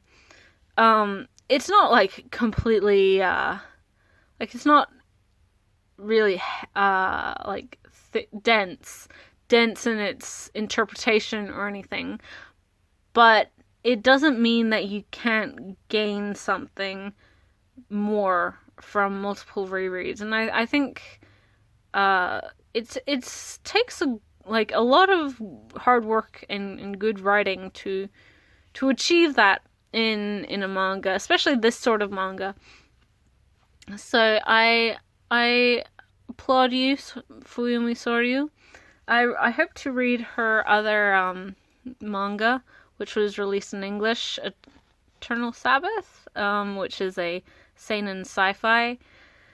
So yes, I'm very happy that I gave Mars a shot. I'd heard really, really good things about it for literally years, so I had pretty high expectations for it, and I'm happy to say that I didn't really, like, all my expectations were met. I wasn't really let down by this series at all. So I encourage you to try it. Again, it's sort of an older series and maybe harder to find, but I'm pretty sure you can get, like, there are used copies floating around on, used bookstores or on the internet. It's not impossible to find. Next is Ottoman 1-6. This is 18 volume series. In Japan it is complete. And one that I hope to finish in the upcoming year, so the next couple months. Another Aya Kano work, and I really started this one due to my love of Requiem of the Rose King. Very, very different sorts of series. This one is a high school romance series, but interestingly, they both play with sort of gender stereotypes and expectation a lot more. So they're actually quite similar in ways you wouldn't expect. Ottoman is the story of a high school boy who is the picture of manliness. He's the captain of the judo team. He's cool and tall and handsome and mature, and just, he's a heartthrob. But what his class doesn't know is he's secretly an ottoman, which is a amalgamation of the word otome, meaning girl, and men, obviously, male. So he's a guy who enjoys all that is girly. He likes cute things. He likes cooking and baking. He enjoys, sewing and needlework and stuffed toys and accessories and cute fashions and all those sorts of things, which is sort of like that idea that boys can't enjoy that because they're girl things is something I have a problem with in general anyway. But the reason behind him hiding his love of all things girly is not so much his shame of it. He's never he never really feels like he's a bad person or anything for liking girl things. It's more so because of he knows it will disappoint his mother, whom she has trauma after his father left to become a woman. So she's like, I don't want you turning into a freak like your father, which is incredibly transphobic, but let's not get into that. But in order to keep his mother happy, he keeps his girly side hidden. So the main character isn't the only one with sort of feminine proclivities. There's another character who is very into makeup. He enjoys it immensely. And then we have a character similar to that of the titular Nozaki from Monthly Girls, Nozaki-kun, in which he is a teenage boy, but is actually a very well-known and highly successful shoujo mangaka, and takes, creates characters from the people around him, although not the main character of this story. So, and then the girl in whom he has a relationship with is, again, sort of the picture of cute. She's very beautiful and small and dainty and all of those sorts of things. But is incredibly, she's quite a tomboy. Her father runs a dojo, so she can beat up anyone who needs to be beat up. And she's embraced the masculine lifestyle and in hopes of taking over her father's dojo one day. It's less, her situation is less, her father doesn't want her to be girly, but more so he doesn't really know how to handle having a daughter, and she embraces that sort of more rough and tumble lifestyle, shall I say. And it's interesting because neither of these characters, despite not really fitting in with, again, these gender expectations, neither of them feel that they're bad for not, being the perfect boy or the perfect girl, or knowing how to do girly things or knowing how to do boyish things. It's very even-keeled in that sense. So the series isn't perfect, but it certainly does a lot of interesting things, and I think you can see echoes of what would later become Requiem of the Rose King in sort of larger questions that are asked on sort of gender expectations. Although this, of course, is like a shoujo humorous romance series, whereas that is a tragic Shakespearean, just awful, sad, depressing story of rejection and tyranny and all sorts of revenge and all sorts of things, betrayal. Then we have Orsama Teacher, Volume 1, the only volume of this series I have. I mentioned it previously when talking about Monthly Girls Nozaki-kun. And this is actually a really long series. It's got 20 odd volumes out in English. From what I can tell, it's about, sort of a boyish tomboy, and she's changing her, I think she's a bit more of a delinquent actually, but she's changed schools, But before she starts her first day, and she wants to change her image when she gets to school, so she doesn't want to be known as like this tough girl who, can create, like, raise hell and do all these things. But the day before her first day, she runs into a neighbor who, sort of sees her true personality and kind of gives her shit for it, who later she finds out is her teacher. I don't really know, I can't really remember too much about this series, but I do want to read more. Although I've never been a fan of like student-teacher relationships. Guys, don't do that. That's weird. Especially if you're still in high school. But yeah, I find Tsubaki's sense of humor very, very strong, so I look forward to reading more of her stuff.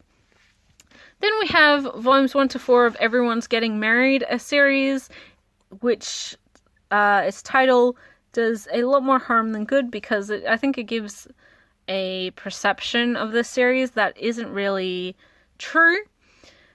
This is a josei series done by Izumi Miyazono, and actually it's probably the best series that I've come across that talks about marriage in a civilized and mature way, and in a very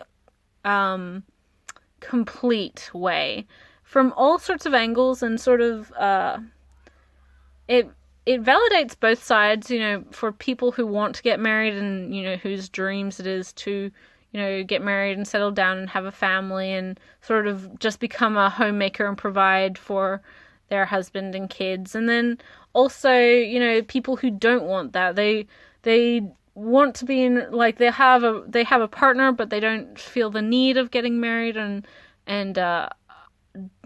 like the idea that happily ever like marriage doesn't grant, like, it doesn't always mean happily ever after, and the idea that the act of marriage itself isn't the important step, it's the person whom you're marrying, and like the idea that if you decide to never get married, that's still valid and you're not like broken, and you can still have someone who loves you in your life, and the idea of compromise as well, like, which is a mature, like, that's a very mature part of relationships that manga really doesn't get into very often. Compromise, I think, is a critical part of life, and whilst you shouldn't compromise on everything that's important to you, you should definitely, if you care about someone, be open, communicate with each other, and sort of form, and like, if you can't come to an agreement on something,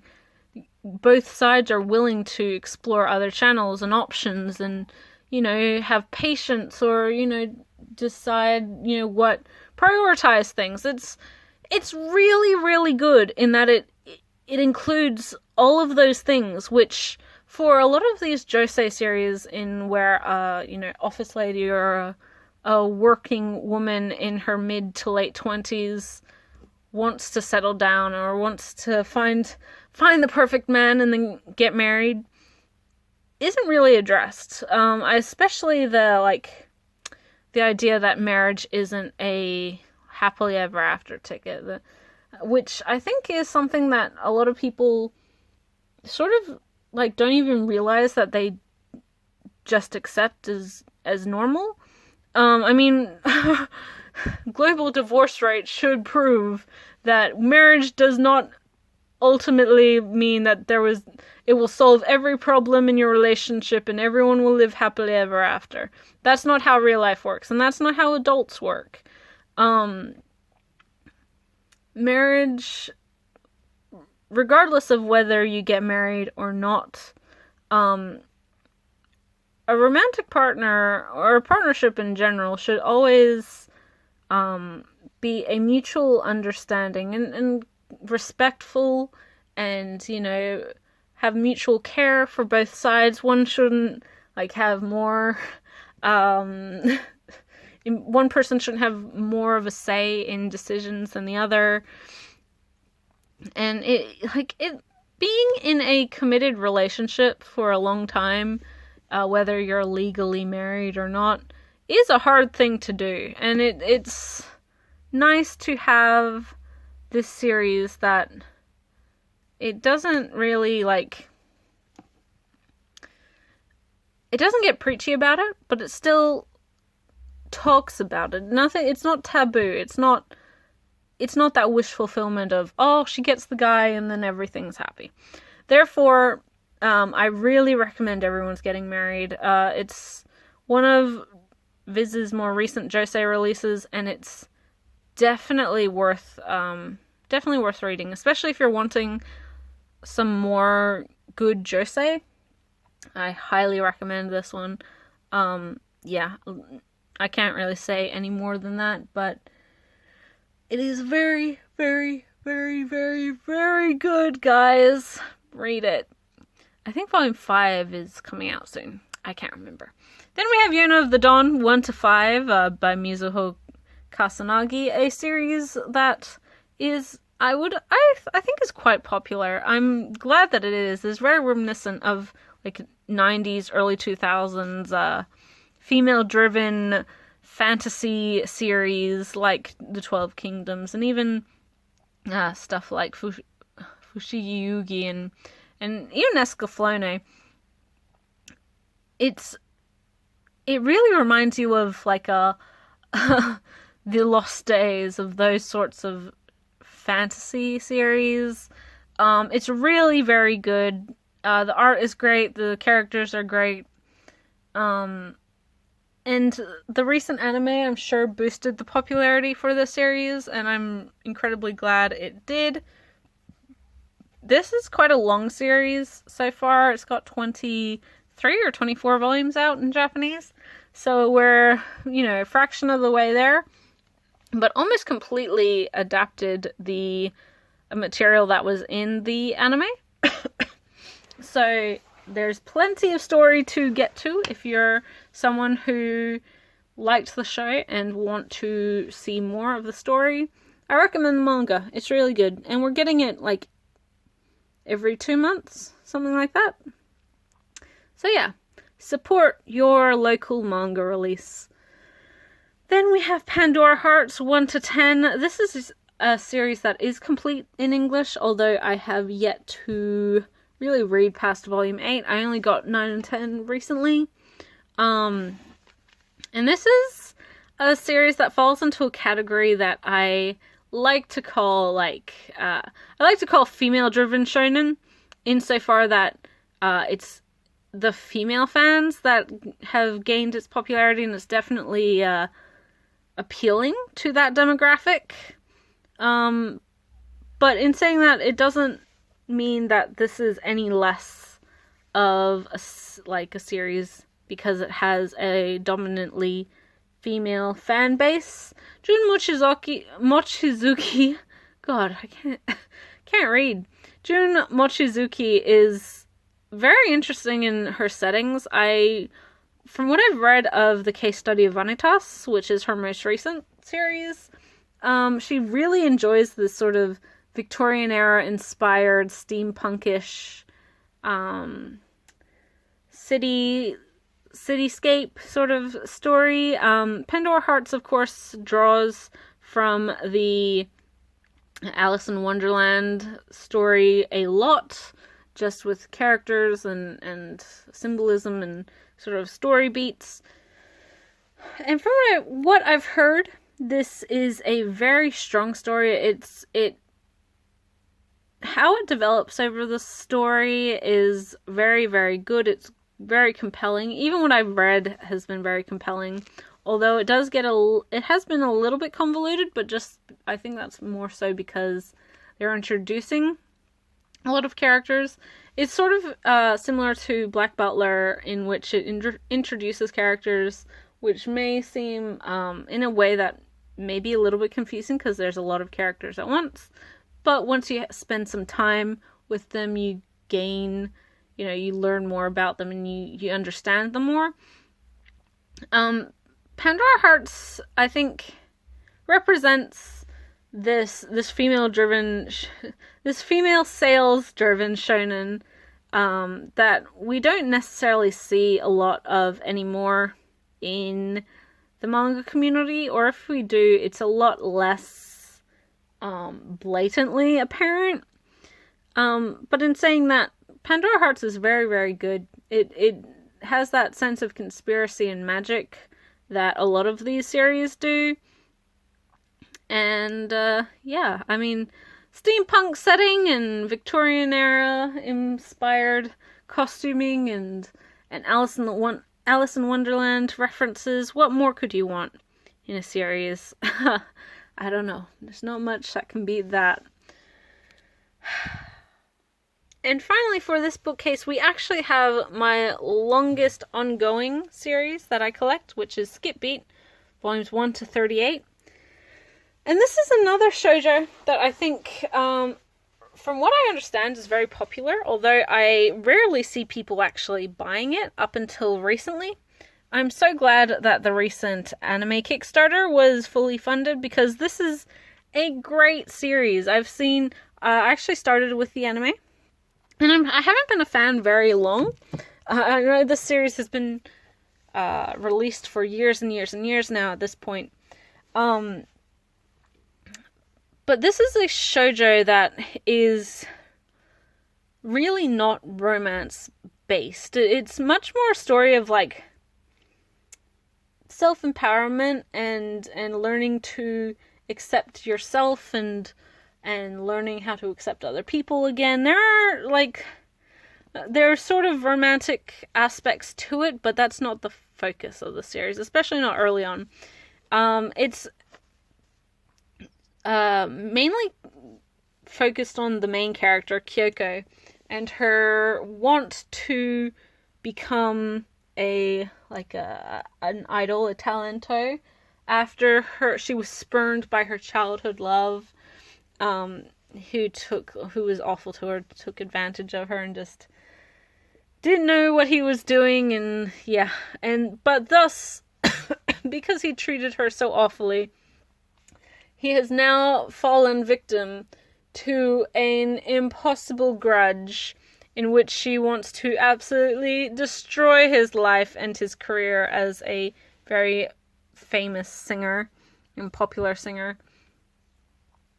And it's a story of self-discovery, because even though it is sort of a impulsive thing that she wants to become famous in order to prove something to this guy and prove that she's better than him and sort of ruin his life in the same way that he ruined hers. It's about more than that. She discovers something that she truly loves and sort of a life path that she never expected to go on, and how her skill, like her everyday skills, really help with that, her innate talent that she didn't necessarily know she had. And it's very, very good. Like, it's sort of series that once you start reading it, you can't put it down. I read the first 36 or 35 volumes in pretty much 2 sittings, like within 2 days. It's that good. Like, once you start, you don't want to stop. And again, like I said, it's very, very popular in Japan, but it's one that I never see people here buy or talk about or anything like that. But I am happy that the recent Kickstarter got more people interested in it. And I mean, that includes myself, because I didn't really know much about Skip Beat. Before that, I was aware that it existed. And I knew that there was the anime, but the art style really turned me off. But don't be like me. Give it do be like me. Give it a second chance, because it is so much more than the art style, than the premise, than the sort of idea behind it. It's so good, you guys. And the fact that it's still ongoing, I think there's 42 or 43 volumes in Japan currently. That says a lot for the quality of the story. And Nakamura has done a great job. Like, I really, like, every time there's a new volume, I just immediately have to sit down and read it once I receive it. It's just Such a good series. So yes, skip beat 1 to 38 and 39 upcoming. Next is the Viz box set of Fullmetal Alchemist. So this contains the entire series, 1 to 27. If you are familiar with this box set, it does actually come with the last in English at least, published light novel for this series. But I don't keep the light novel actually in this box. Yeah, this is a fairly, I'm sure people who buy manga box sets are very familiar with this one. This series I initially read on the Chang'e releases. They were my sister's copies, and a mix of Chang'e and then a mix of library copies. But just recently I bought the box set for myself because this is one of my all-time favorite series from Arakawa. I honestly believe that like every person has one truly great story within them. I mean, there are some people who have multiple, and I do believe that Arakawa, her original stuff, Fullmetal Alchemist and Silver Spoon, are fantastic, phenomenal series, but in different ways. But Fullmetal Alchemist really sort of reinvents what you expect of shonen and executes it so brilliantly that it puts a lot of its contemporaries to shame. I don't think that there's ever been, in my opinion, a series that so ultimately grabs people in the same way, emotionally especially, in the same way that Fullmetal Alchemist did, in the same level and sort of handling the same topics. It's also such a joy that she managed to do it in only 27 volumes because I think a lot of incredibly popular series lose, due to their popularity, get stretched out to, you know, crazy lengths, and thus they lose something, which is not, you know, a great position for writers to be in. I wouldn't wish that on any creative type. But yes, Fullmetal Alchemist is the first series that really got me into the anime and manga community. I mean, Death Note was the first show I watched, but Fullmetal Alchemist was the first series that really made me want to stay. Like, I was enjoying what I had encountered and like the new medium and all these sorts of ways that stories were being told, but Fullmetal Alchemist really, like, I consider it a classic of our time, and I don't know how many people would agree with me on that statement, but it connected with a generation and community of people in a way that, whilst other series may have been as popular or more popular, haven't like stayed as, like, I don't know how to word this, hasn't stayed to the extent of, like, hasn't had the staying power. Despite its popularity, it hasn't resonated in so many people's lives like this series has. And I really, like, I don't know, guys. If you haven't read Fullmetal Alchemist, I'm sure your local library has at least the first couple volumes. Read it, because it really is fantastic. I'm hoping that we get Silver Spoon someday, because I'm honestly surprised we haven't, just due to Arakawa's name being stamped on it. That would, I would assume, guarantee a bestseller because of her, you know, name brand. Like, she is the brand. Anything with her name on it will sell. But yeah, Fullmetal Alchemist, I think, touched people in a lot of ways, with characters that, like, a huge cast of characters that anyone could relate to. in a way that not a lot of series in any sort of medium does. And yeah, I don't know, guys. Fullmetal Alchemist 1 to 27 is definitely one of my favorite series. It's a joy and a pleasure to always reread it, despite it not always being like the happiest thematically. But yeah, I encourage you to read this series, watch this show, although that is harder now with the loss of Funimation's license to the series. But yeah, there's some things that never get old and never stop ringing true, and I think Arca really tapped into that idea of universal understanding, and just, yeah, it's done so well. You guys, it's done so well. Next is Soul Eater 1 to 25, a sort of shonen battle manga with a sort of Halloween twist on it. I was always sort of hit and miss with Okubo's thematicism, like their tone. A lot of his tone would shift between very heavily dramatic and then comedic elements in a very heavy-handed way.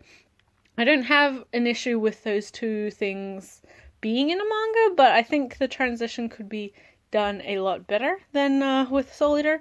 But in saying that, I really do enjoy Soul Eater. I think it has a very interesting overarching storyline, and I really like a lot of the characters, although that may or may not be a controversial opinion. But yeah, and then I also have Soul Eater, not the spin-off 5 volumes, which is sort of interesting from a world-building perspective, although not really necessary for the entirety of the series, although it does sort of introduce characters who are sort of integral for the final boss. So it's sort of like, you should read it, but it doesn't, like, it in itself, it's not great, but from the world-building and character perspective, it's good to, like, have a greater understanding of Soul Eater. I don't know, man. It's sort of weird. And then Gengaku Picasso by Usamaru Furuya, who is probably a quite well-known mangaka, but this is actually my favorite of his works. He normally does, like, very weird, dark stuff. But Gengaku Picasso has a very strong lining of hope in it. And I really appreciated what the series did to sort of explore people's relationships and how it was done visually. And it really, like, it's sort of ends up of a story about grief and acceptance. And it's really very good. It's only 3 volumes long. You should give it a try, especially if you're a fan of Furuya. We have Berserk, favorite of many, although I have yet to read really much of it. I haven't even read all of these volumes. I know that's probably a travesty amongst most people's opinions, but I find Berserk to be something that, like, it's very reminiscent of other things, insofar as, like, classic literature, and like, it's very Shakespearean tragic. In ways that, like, of course there's not going to be gruesome fights and you know, rape and all that sort of thing, and demon spawn like there is in Berserk, but it doesn't discount the fact that, you know, these aren't new things being brought up. But again, execution is key, and I haven't really read as much as probably is needed to form a full opinion on Berserk. I don't think it's a bad series, but I don't necessarily think it's the be-all end-all of manga. But yeah, Miura, another mangaka who is consistently on hiatus, although I don't hear people nearly as I mean, I know people complain about it. There was the 3 years on the boat sort of thing. But for some reason people are more forgiving. I don't know why.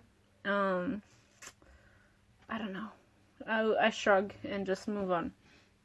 And then we have Chrono Crusade 1-8, the complete series. This is a mix of Changyi releases, which are these ones, and then ADV's releases. Another story that I really enjoyed, and it has a very interesting sort of plot to it, but it was like, I didn't necessarily like it when I was reading it, but it hit hard. The anime as well. I actually watched the anime first, and whilst I wasn't totally enamored with it, I'm like, oh, okay, that's alright. And I was sort of bored, but then the ending happened, and I cried like a baby. And I think that's the strength of good characters, maybe being more important than good plot. But the ending of this is sort of similar to the ending of the anime, although they are different story-wise. So, yeah. Chrono Crusade is really, really good, although a little bit harder to find. I do recommend it. Next is Hikaru no Go, 1-23, the complete series. This is another, like, unconventional sports series. Illustrated by Obata, but written by Yumi Hota. So it's not the Obata, like, normal team-up, and I honestly really love this series, although it is a game I really didn't have any familiarity with. Like I'm sure most, even Japanese people, Go is not exactly the most common pastime that you can find. But very, very good. It doesn't really resolve itself in a way that has like a big grand ending. It's just more of a like, oh, well, this is where we want to stop it. And so more of like a for the future, like, and life goes on and you can sort of think of your own ending sort of thing, which works in some cases. I don't necessarily know if it worked incredibly well in this case, but I did like seeing like how far the characters had grown over the course of the series. A lot changed in those 23 volumes, and you can certainly tell. And then we have Plus Anima 1-10, another complete series. This is a fantasy series about 4 like sort of mutant children with animal abilities, which are called the Anima within their universe. And yeah, it's got some very dark undertones in there, more so than you would probably expect for something of this art style, but very good. Definitely worth the read. I got majority of these volumes for like $2 each. When Tokyo Pop was sort of had just gone bust, and Madman here in Australia was trying to get rid of all of their Tokyo Pop manga. So yeah, I got most of it in flash sale. I think volume 3 was one that I had to buy elsewhere. And then Ghost Hunt 1-11, that's all we got in English from Del Rey. And 11 says it's the final one, although volume 12 is actually the final one. And actually explains the main character, or the second main character, his backstory, and a lot of information about him. Which is sort of really sad that we didn't get in this manga. As you can see, I have the Japanese volume up there. But yeah, Fuyumi Ono has written some great stuff in her life. I really enjoyed Shiki. It's probably my favorite of her works. But Ghost Hunt was one I was introduced to via the anime, and just decided to read the manga after that. It's about a group of various individuals who are part of like a ghost hunting team. There's like a psychic medium, Shinto or Buddhist monk, Shinto priestess, a Catholic priest, and there's a whole bunch of like spiritually sensitive individuals, and they sort of have a detective agency and help people with their spiritual problems. So yeah, it's got a little more than that, but it's very strong. And oh god, if you've seen the show, there's some really horrific stuff. There's still some stuff that like creeps me out to no end. And I haven't seen the show in years, and the manga isn't any less creepy. So if you're looking for some horror that you may not have read, Ghost Hunt is pretty good, although it is a little bit episodic, like case by case. But yeah, overall, very strong series. And finally for manga, we have Rohan at the Louvre by Hirohiko Araki and Guardians of the Louvre by Jiro Taniguchi, both titles that were written in conjunction with like promotion of the French gallery, the Louvre. So bit of different sort of series here, but all full color. They have different mangaka slash graphic or comic artists do these every year. And yeah, I really encourage you to pick these up. They're not too expensive, and you can get French versions obviously as well. But if you're a fan of either of these authors, I recommend them. Like I said, full color inside, and of course Rohan has a whole bunch of JoJo stuff. Guardians of the Louvre is much more like Jiro Taniguchi's reflective walking and rambling through life and self-reflection and all that sort of thing. There's a lot of historical stuff in that one. But yeah, so those are those releases. So that was my entire collection. It took an incredibly long time to get through, and if you made it till this far in the video, then I applaud you, because that was a lot of stuff. I hope you enjoyed. I really try to only buy stuff that I really love the story of, or reread quite a lot, and that mean a lot to me personally. So I apologize if I rambled on a lot. I usually have quite a bit to say about most of the series that I collect. They all sort of hold a different spot in my heart.